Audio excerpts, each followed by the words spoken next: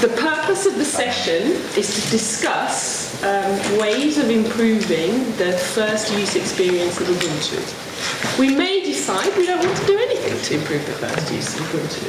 But generally, if we talk in the context of the chasm, most people, many people who currently use Ubuntu use it because somebody attending UDS talked them into it and installed it on their computer. And when we do that to people, we generally put it on their machines and then, first of all, tell them how wonderful it is, talk them into giving us access. We install it, we show them stuff, we install a few bits and pieces, smooth out the glitches, show them what they can do, and they're away. So they get a very interactive introduction to Ubuntu. The more we do, the more we want to talk to people the other side of the chasm, the less likely it is that they'll have had a friendly Ubuntu fan telling them, taking them through all those first steps. And so some of with the research that we've been doing, and generally some of the things that we've been looking at, like the installer, the slideshow, the general first use experience, there's lots of things we could do very simply to Just one example would be someone buys a computer and has Ubuntu on it, and they turn it on. They turn it on, and we very carefully designed an operating system that when you come to the desktop, you've got a beautiful blank screen. Which is, has its own merits, but isn't necessarily taking people through the process. I think Jerome's here from OEM services, because he often has to deal with the configuration, the configuration system some of the OEMs who pre-install Ubuntu want to use. So I think it's worth repeating some of the positive findings that we had from people who, in the usability testing that we did. We are certainly not creating our current first use experience certainly isn't a handicap. People can quite quickly find the internet, which is one of the first and main things that they're looking for. We have good discoverability of networking. We have, because we've got the notification if you've got wireless networks, and the icon clearly points out if something's not quite right. So we do some good things. But then we wanted to open up the discussion to talk about other things we could do. The fact that the Software Centre, for example, one of the great things about using free and open source software is the massive availability of apps that let you do every imaginable thing. I think I even found one that let you investigate the DNA of garlic, which wasn't particularly useful to any of my personal goals, but I found it brilliant that there was actually something that let you do that. So, Ivanka, I have an idea. Yeah. So during that first OEM Config Wizard, people can buy a machine. What about showing a video and talking about these cool things they can go and do for the first time? So I think we can certainly put that down as one of the things to think about. Video is certainly one option. I don't know if we should let ideas come first and then. Okay. So that's one of them. I don't know if anyone else has got any other ideas. We could have some like little. I don't know how you sort of implement it to not make it look like crap, but you can have sort of notifications and stuff like the little bubbles that point out bits of the user interface in the first instance that they look at the screen. So if it, like the window switcher applet in the bottom right hand corner, there's just 4 squares, nobody knows what it does. A little tooltip could appear there when you first boot, and if you hover in the area of something, it would disappear. And you could say, click on these squares to switch workspaces or something like that. So that's the Facebook or sort of game approach. Yes. Yes, also the Windows XP, which is... Another sort of watch newspaper when you click that. Sorry? We need a talking paperclip. Yeah, exactly. It's brilliant. Put it down. But that's one of the things. When you talk about those first use experiences, it's actually quite hard not to make a lame one. You go about explaining something, and suddenly you've created this really lame thing that nobody wants to engage with.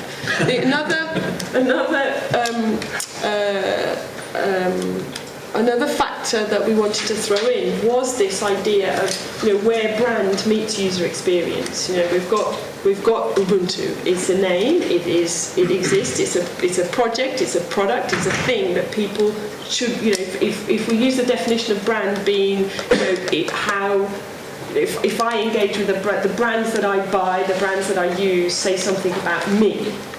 What is it that we might want to say about Ubuntu in that first use experience that lets people create that relationship, and how does that impact on the experience itself? Yeah. And there is actually more than that, because when people come to Ubuntu for the first time, they have already habits that they've taken, and they have some knowledge, Some people have. Sorry? Some people have, not all of them. Yeah, probably all of them. They come from other operating systems, and so they have definite expectations. And where their expectations break down is where we are unique. And so part of our identity, part of where we are innovative, is kind of a danger for usability.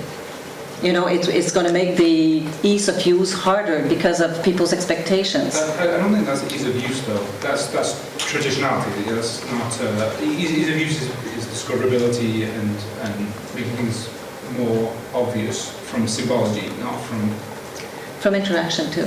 From things that have happened in other things before. Surely, there's obvious stuff that everybody does because it makes sense. But for instance, as I was saying, I've taught people to use Ubuntu who've never used Ubuntu before in their life, not anything. And Ubuntu is easier to teach, simply because it is easier to use.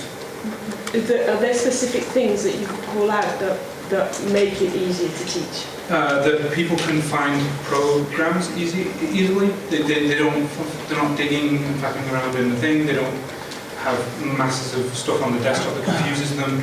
They just see applications. Oh, there's stuff in there, and when I click on it, a thing appears that has categories.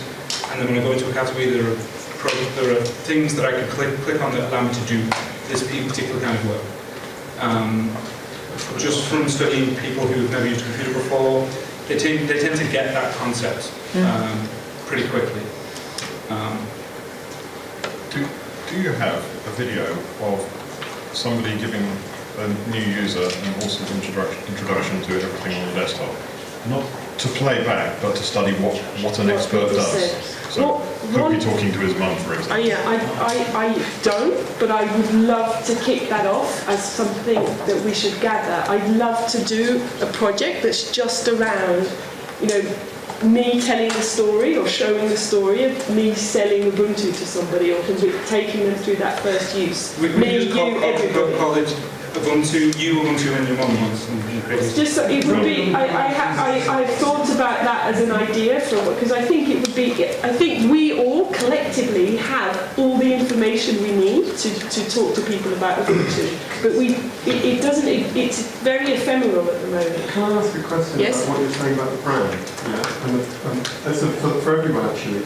What points people members of the Ubuntu community? Is it when they actively contribute or when they use Ubuntu as their operating system? The reason I'm asking, so do you see the point of the question? Yeah. The more general answer is you're a member of the community when you feel like you are. And so, to some people, it's just software. To other people, they're. Well, then the corollary of the question then is how welcome you make people feel, is how soon they feel part of the community. So actually, when you're talking about first use, the messages that you give about Ubuntu being different from other operating systems, ethically and in terms of use, is going to partly dictate how quickly people feel part of the community and feel an affinity with the brand. I think that's true, but I think we also, thinking about the Ubuntu first use experience, it needs whatever solutions we put in place, and there may be more than one thing we do, needs to recognize that it's not just trying to make people part of the community. So there is an element, particularly for people who get Ubuntu on a machine that has it pre-installed, where they just need to know what they've got. You know, we all heard the stories of high return, stories that weren't really necessarily true, about high return rates on networks where people just didn't know what they were getting, and once they opened it up and had this out-of-the-box experience, it just wasn't what they were expecting. That was more linked by machines where people couldn't do what they wanted to do. But it was social media.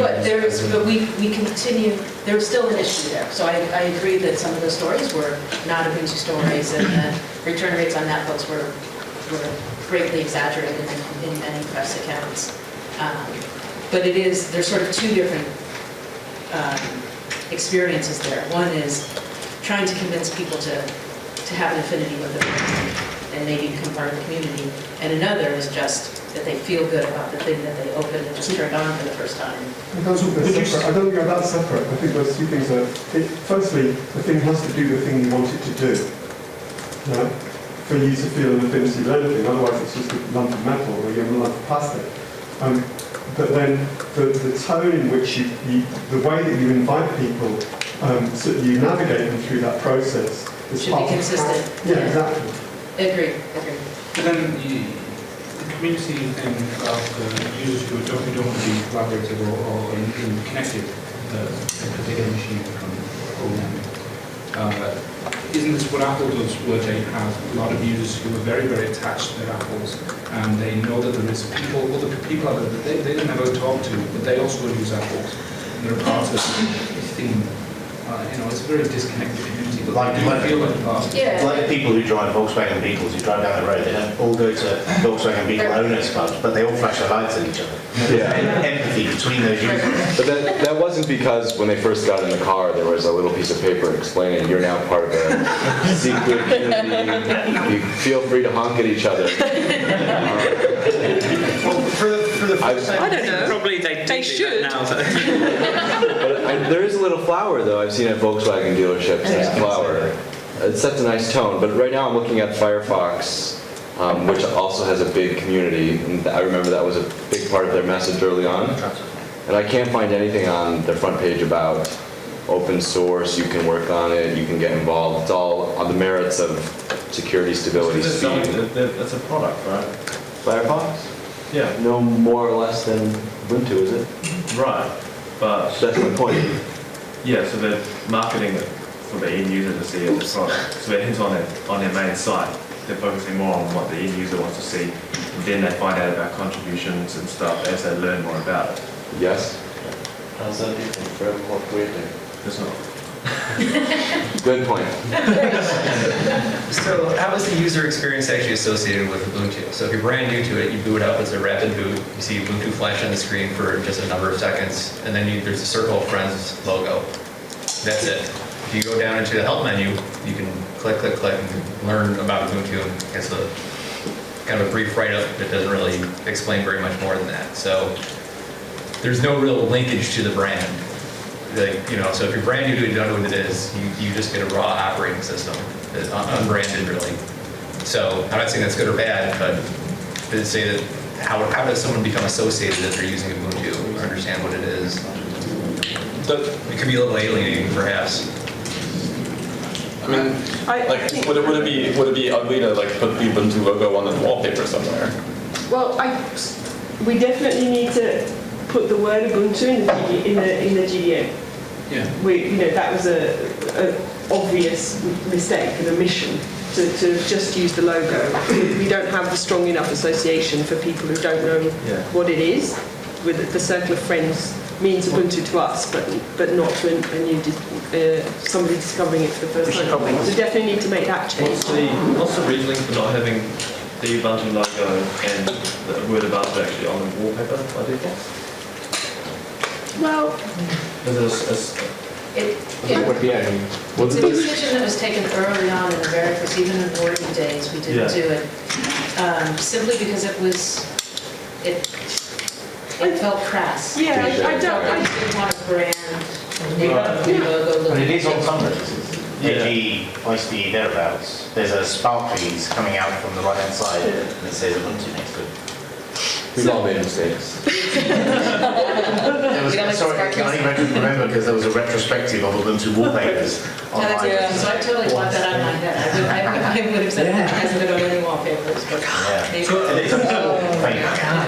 So I've had a couple of really interesting experiences with Dell OEM customers who are not connected to the community in any way, not connected to the traditional Ubuntu brand, but they seem to have acquired Ubuntu machines through some potluck of life, and something went wrong, and they're scrabbling trying to figure out who to contact in order to find help, and even what the hell it is they have in the first place. So they need to make the connection to Ubuntu in order to find help. And then they figure out that it's Ubuntu by searching like the help, and that's when they find me because I'm Ubuntu from Massachusetts, and they go, oh, Ubuntu from Massachusetts, therefore I'll contact him. I've had phone calls from people going, I need help with my We don't want the moment they find out that this thing is called Ubuntu to be the same moment where they're struggling and trying to find out. Right, exactly. I really think there's two different but absolutely related themes going on. Of one, the Ubuntu brand piece, putting the name in the GDM, and absolutely related but slightly separate, the telling people what Ubuntu is, what this thing is they just got, and I think they lead us to different solutions. One is where you put the name, and the other is there a slideshow on first use? Is there a feature tour like on the disk in the desktop? And those are pretty different things. I think we kept the title deliberately broad so that we could have a discussion, and we put it at the end of the day. End of the day is a good time to have more of an open conversation. But I would prefer us to get round to a point where we're talking about the tools that help introduce, rather than just us stamping Ubuntu all over things. So that we park the we need to bring the name earlier in the experience. But we also need to talk about the one thing that I don't know what the action to take would be. But when you go system, and then you see about GNOME and about Ubuntu, that's It needs to be just one. There just needs to be one. I don't know what the. So I posted a statement back in 2006 and I got approved and everything to have a single about window. Yeah. So this is Ubuntu. It's Ubuntu version 5.10 or 6.06 as it was then, and it uses GNOME 2. Whatever, and it uses Linux or whatever. But those are just components, and nobody has ever implemented it. I would love if somebody would. So can you share that spec as part of the actions from this session? So that People don't know what GNOME is when they use Ubuntu. Most people, what's GNOME? So it may be time to change that, so that people are aware. The historical reason of why it's there is respect for the community and giving them credit for contributing in such a major way to the next. We'd also need about the new session. About. Yeah. I'm not advocating one side or the other. I'm not arguing against or against. I just don't want that. You should be aware of the messaging and what the original intent is. That's why I think that's why I wanted to raise it as part of a UDS session rather than us blogging about it off in Canonical Towers. Question, quickly, did you put the Ubiquity slideshow in the OEM config? No. Dell does that. Well, not currently, but by accident in one of our builds it's like that. But normally it's not there. So perhaps I could talk a little bit more about the help or about the stuff in the help. I think one of the results you came up with when you used testing was that people didn't notice that the help was there. Is that right? Yeah. People never saw it. And Dwayne's design was just reported on ISC. And he was surprised that when the Ubuntu manual came out, so many people said it's about time Ubuntu had documentation because they hadn't seen the help before. One unintended but pleasant side effect of the global menu work is that by default, when you first start up Ubuntu, there will be a help menu because it'll be the desktop and it's being treated as an autonomous folder, and we'll special case it to show Ubuntu help, not just help for the file manager. So it'll be that by itself will make it more obvious. And then if we can have a single about Ubuntu item and make the help more exposed general. Yeah. Were you going to say something, Pug? You just had that look about you. I look like that a lot. So if we're just going for one about, what do we have? Do we try and address so let's imagine a world where we've made about a little bit more discoverable, and it says just about. It starts with about Ubuntu. This is the product you're using. What do we want to say? Do we want to? Could it launch the install slideshow? So it had just the about information, and then you have a GNOME section as well, because you want to obviously get people to know and that sort of stuff. But could you also have you can learn more by such and such, or blah blah, and then you click on a button and it launches the slideshow. So it's not. Why isn't the about page the slideshow? About all this great stuff. Yeah. You've gone looking for it. It's not like you've powered up a machine, you've got this stupid thing beating you in the face every time you boot up. You've gone looking for it. Yeah. So it's not unreasonable to be shown some kind of, you asked me what it's about, okay, I'll show you. Here are the slides that tell you all about it. So you don't want to have the slideshow like on first boot, right? You want to have it actually in an area that people are looking for. And I think if you have an icon, just one icon on the desktop, with a link to the slideshow, whatever, it would be a big deal. I think looking at the current about in the system menu, since we're talking about that when you pull it up, you just see this huge block of text in this little tiny window, and I don't know about everybody else, but I look at it and I go, okay, and then I just close it. Yeah, too long, didn't you? Yeah. I've never read it. No, I just. Has anyone actually ever read all of the about Ubuntu? Right. There you go. Is it good? It was long ago.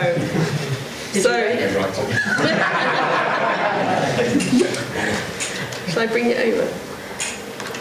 No, I did. Oh my goodness. It was terrible.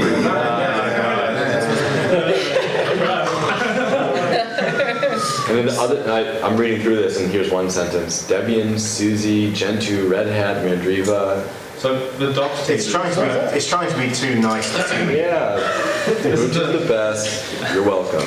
There are ways to congratulate people like GNOME and so on by saying one slide could be, hey, rock solid, secure, Linux-based awesomeness slide. Brilliant. There's ways to go, hey, Linux awesome project, without necessarily going to Linux version 2.6.23. Well, when you look at something like an Apple intro or a Windows intro, you mention products, individual products like iLife, iWork, or whatever, and iTunes, and mention those, and we can give credit when we mention them. And but they also, Apple doesn't say there are other operating systems out there. And mention Windows or Linux. Whereas we do, and I understand that that section was explaining what Linux is. We don't necessarily need to list out 4 other examples. And it'll just confuse people. Yeah, we do have to put we don't need so much description about stuff. Less words. More visual experiences. Well, it's not necessarily just visual. But something more engaging, where you actually want something that looks cool. more interesting. Yeah. Something that looks cool, did you say? Yeah, where you look at it and you're like, oh, that looks good. I want to see what that is. Something where you want to learn about it. That looks like a like this Yeah. suggestion on IRC. Sorry, I got carried away dragging Windows behind IRC. You tell me there. Look, oh, fun.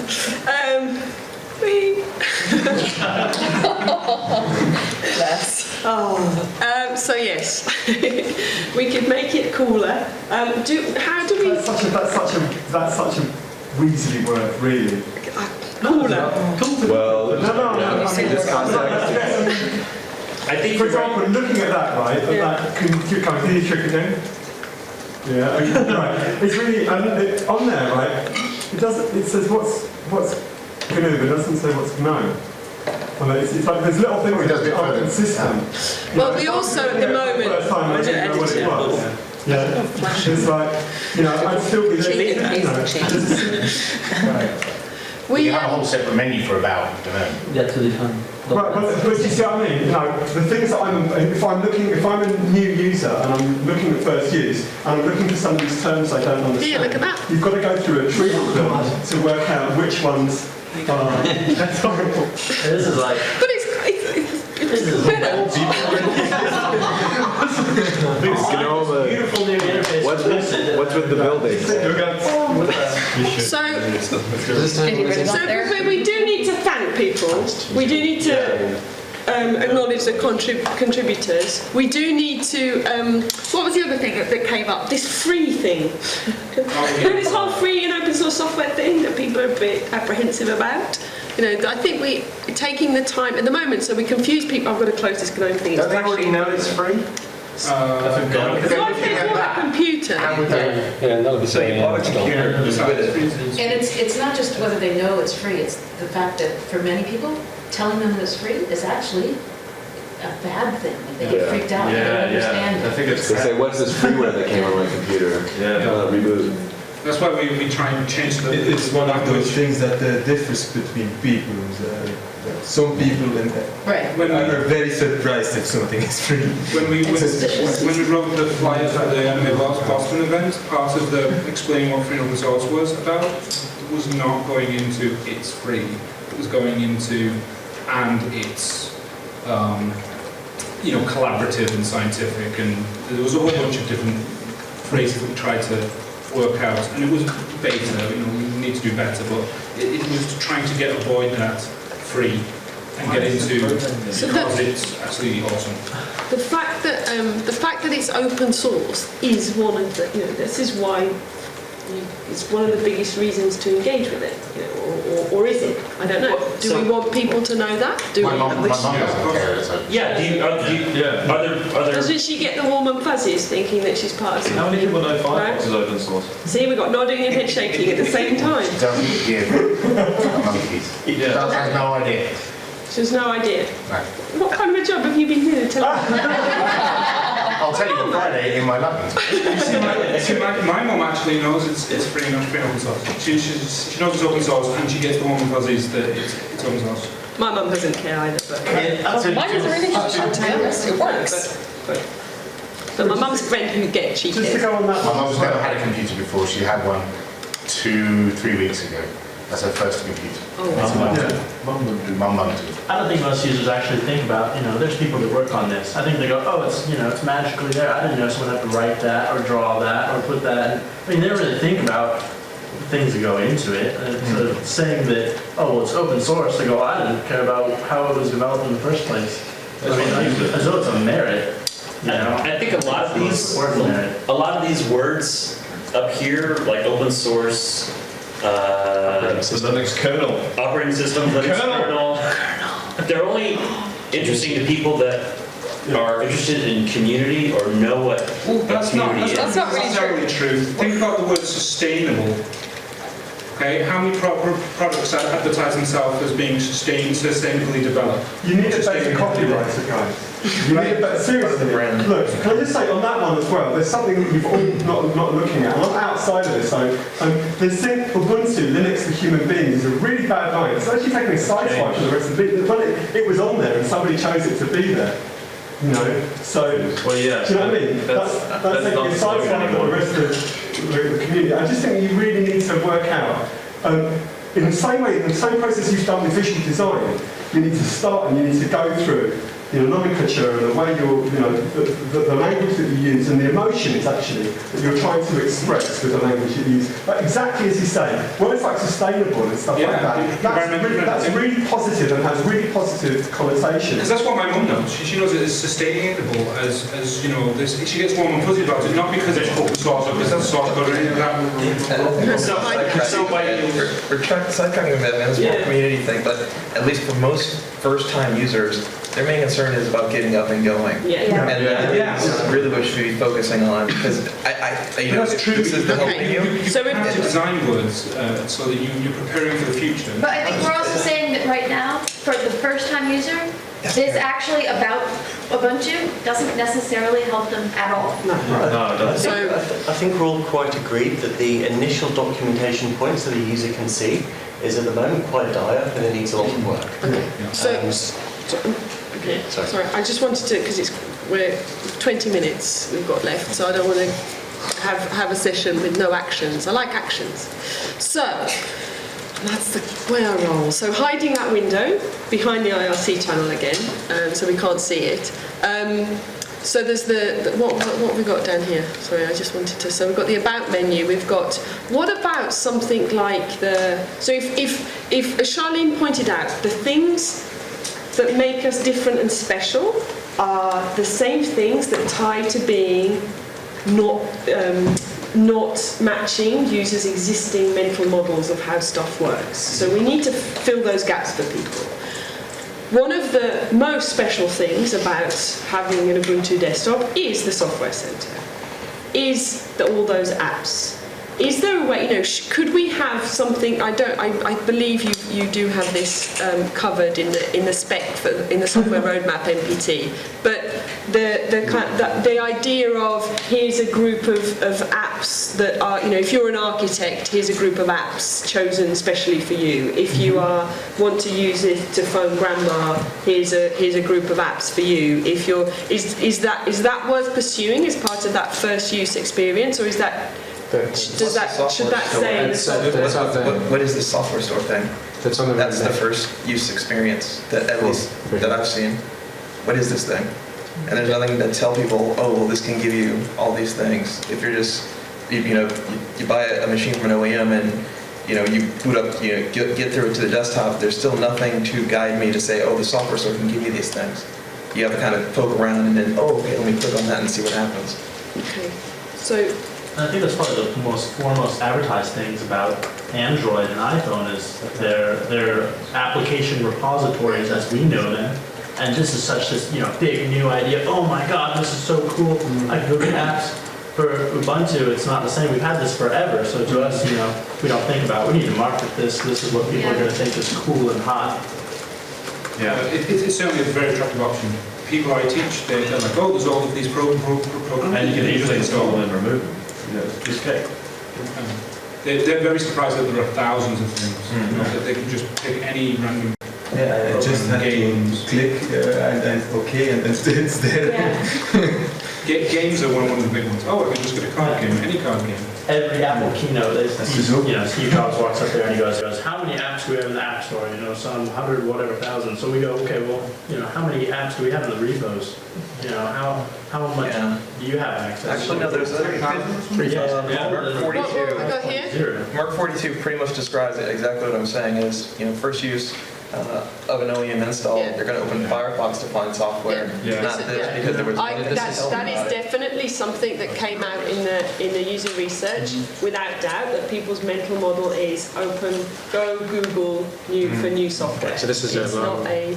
This is going to be a long, slow slog of getting upstream projects that are packaged in Ubuntu to provide the apt links to go back into Ubuntu Software Center rather than download. It's actually going to even a little simpler than that. There's still, Mario brought up before, there's still nothing to educate the user about the store or anything. Like, I'm just a dumb user. I see this desktop. All right, go to Firefox. Let me see what software I can get. And until I actually go playing around and just clicking on things, I don't know anything about the software store. Yeah. On how it would. And then you go to a project's website and it has a download button and it says download for Ubuntu, and you click it and Ubuntu Software Center opens to that correct screen. Yeah. That's the idea, and then they say, That still doesn't necessarily get them to realize they can access that directly from their desktop. Well, they still get their software. They still get their software, but I suspect people would actually talk about it, like even the dumb users, when it's as easy for me to get software for, this as it is for you to get your app for your iPhone or something like that, rather than having to go find the site every time.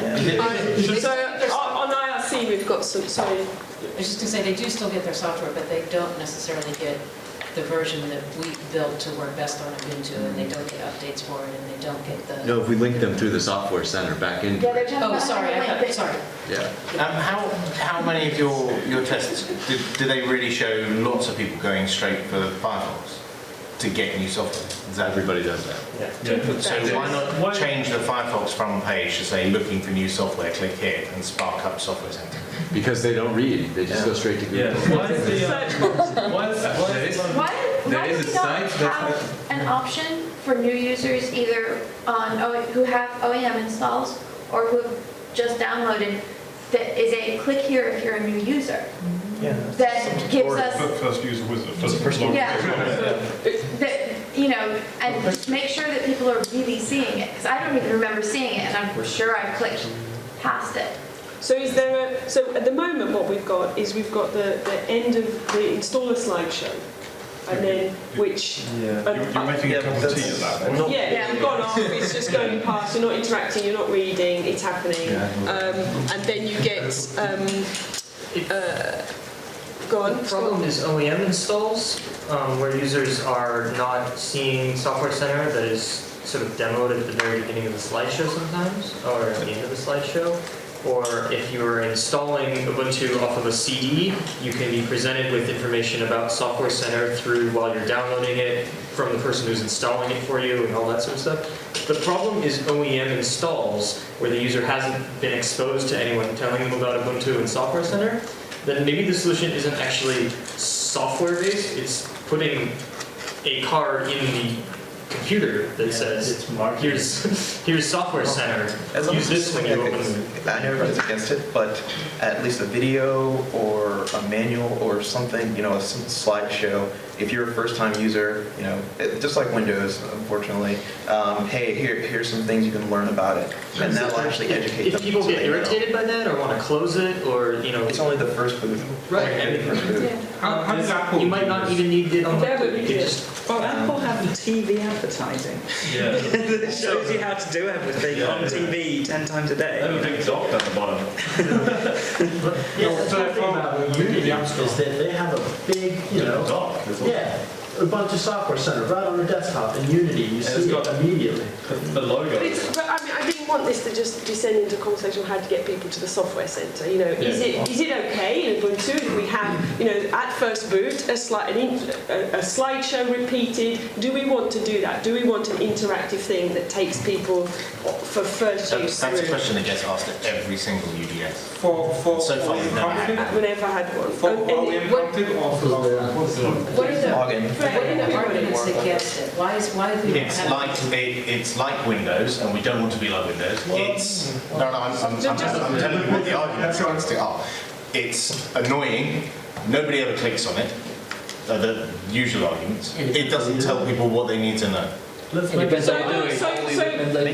couple of those we can certainly fix. Yes, some of those are that don't do have John. Not necessarily correct, but those are the arguments that have been against it. It sounds like there isn't that much argument against it. Right. I mean, the reasoning is if it's people don't click on it, just make it more visual, more interactive. Well, no, people don't click on it because they think that it's useless. It's just displayed so it comes up like it comes up in the middle of the screen when you first boot. You can't click anything else. Great. The button moves around. Read these texts. I don't know what the current status of if you buy a computer with Ubuntu installed as an OEM pre-install, but does it come with any other materials like? It comes with a little. I've bought a netbook with a bunch on it. It came with a little. Pamphlet type thing. Yeah. And it came with a CD. Yeah, it there was no CD drive. No CD drive. It's great. That was to install it on your other machine. So one of the things is OEMs are moving away from inbox material in machines, and it's just I don't think everything's on I've the hard ever drive. read inbox material for a single computer I've ever bought. No. Just a suggestion, those would be like wonderful driving requirements would be probably Dell support. Because they get the calls from So that's why we actually brought up the video or a slideshow. But you also need to highlight content for us, because it'll be less annoying if it's actually answering questions that people have. So you were talking more about requirements rather than the medium by which they're delivered. Right. Yeah. So Dell support would be very motivated to reduce calls so they would know exactly what annoys people.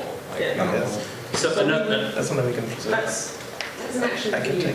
Another option other than like a video or something to read at the startup might be to actually get someone into like configuring an application to use it. So like configuring your email account or one email account in an application. If there was an expedited way to do that when you first set up the machine, or pick your first few applications that you want to install from the Software Center in an expedited fashion. But when I say expedited, it launches for you. You don't have to go and search for it. Actually, so on RC they kind of... Yeah, got a really good point there. Kato has a really good point there at the very end. Yeah. So that's exactly what a first user wants. Because we're running out of time? Yeah. Because we're running out of time. It seems like there's one possible solution that could be a first boot and first boot only. For the sake of simplicity, I'll say slideshow. I think that if we were to do that, a proposal of the content would be something very similar to the feature tour. I think over the releases, over the years, we've refined the feature tour. By feature tour, if you go to take the tour, and it highlights introductory features. It's not new features for that release, it's not a new version of GNOME. It's with this thing called Ubuntu, you can browse the web, you can do email, you can do that sort of thing. That's one path. I think separate from that path, at least from a time and implementation and getting things done in reasonable chunks of time, I think is what Matt was just talking about, of a first boot experience that actually guides you through something. So do you want to configure, maybe some of the social from the start stuff, do you want to link this to your Flickr account or So Twitter this account? kind of content. And I think those are, I don't know, just judging by how much we can reasonably get done in a cycle, I think those are probably two different approaches. I think a guide requires too much.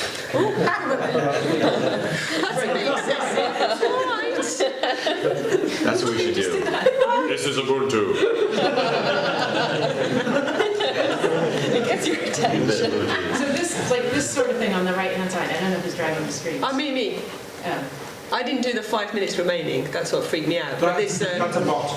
That sort of thing in a slideshow, I think would help a lot of people. Just here's some stuff. If you replace the About Ubuntu with that would be amazing. I'm not sure that's marketing what it can do. It's not helping people to do. But these, it's a starting point. Jane's suggesting it's a starting point, something that's already there, so we can build and expand on it. But you need a slideshow that introduce things in the order that a human would introduce them. Have no fear. I think interaction with this sort of stuff is the key. Get people actually doing stuff. How do I? People don't learn by reading. They learn by actually working with it and looking at pictures and stuff. So if you can somehow do. So now you've done the manual. Yeah, that's absolutely hypocritical. Exactly what you're going to be doing for the next time. Brilliant. Have you? That's not the right session, but don't worry. But people. That's why this current About Ubuntu stuff isn't effective because it's a big lot of text. But if you were to make it interactive somehow.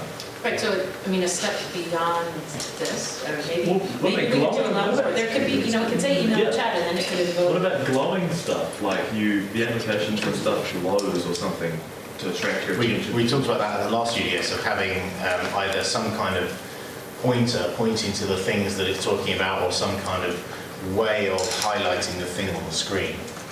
And it kind of didn't go. Technically on. Okay.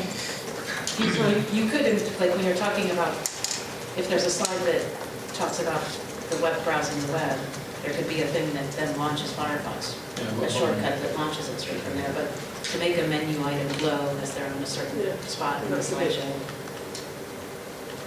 Okay. Well, we've definitely got a starting point and agreement that for first boot only, we'll put something in. Have we?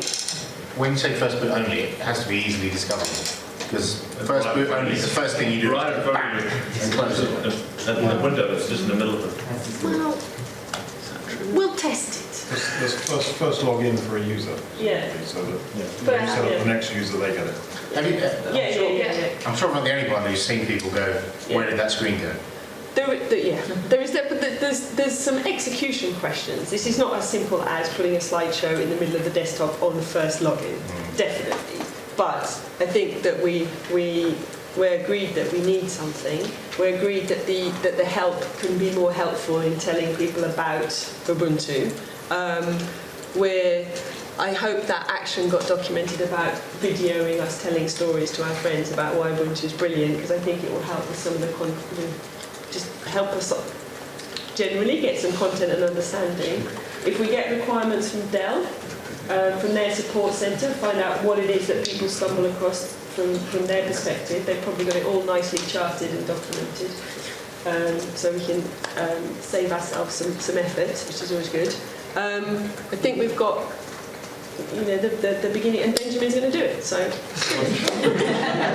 would it be worth considering when you show Ubuntu to someone, and because this happens with most Ubuntu's installs these days, if someone's guiding you through the process, informing people in the community sort of about how to do that properly, and having some recommended way of showing Ubuntu to See, the problem is that when you have a slideshow that's on first logon, and you're showing somebody their own computer that you've just installed them as a person-to-person action, you're going to want to get out of that slideshow because you've now got a real person that can help them back into it. I think the slideshows are more useful for the case than for the... Yeah, but you can just... But it can be the same thing. The About Ubuntu, we've got the About Ubuntu, we've got a potential first boot or first login slideshow, and we've got an install slideshow. There's clearly commonality across the stage. You can be just all there. You can use the slideshow as a tool to explain and just quickly go through it. Doesn't the install slideshow have a feature overview, whereas the just the slideshow would actually tell you how to use this feature? So the install one gives you ribbon box, you can listen to music. It could, or it couldn't, since the first boot one doesn't exist yet. Yeah. I just think there could be commonality. Maybe they're not exactly Just the be same. careful of premature optimization, because we could just create a separate slideshow. This is the problem we had with icons. Icons were used all over the desktop, everywhere possible. And then we changed one when in Karmic with the panel, and that icon leaked elsewhere. I mean, we had this problem with language in the installation slideshow when we were trying to use it for upgrades as well. The context isn't right, it's kind of strange. So, thank you very much. It's 6 o'clock. It's 6 o'clock. So, Go eat, yeah, rest, nice. recuperate.